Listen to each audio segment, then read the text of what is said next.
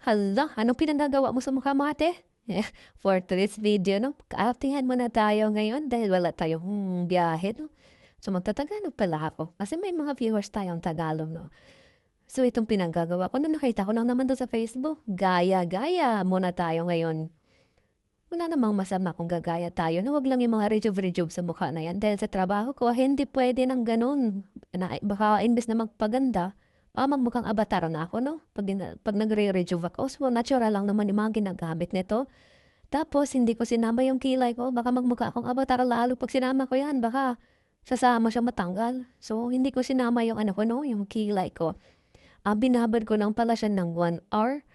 Ayan, pahirapan nga lang sa pagtanggal pero promise ang sarap sa pakiramdam. Ang sarap sa mukha, sobrang gaan. Parang tanggal yung mga alikabok-alikabok sa mukha mo. Kasi pag nakilamos ka lang, parang hindi sapat, no?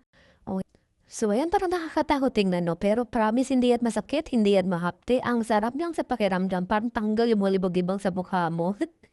Hindi siya masakit, promise. At saka, hindi ka dapat matakot dahil puro siya natural lang ginagamit.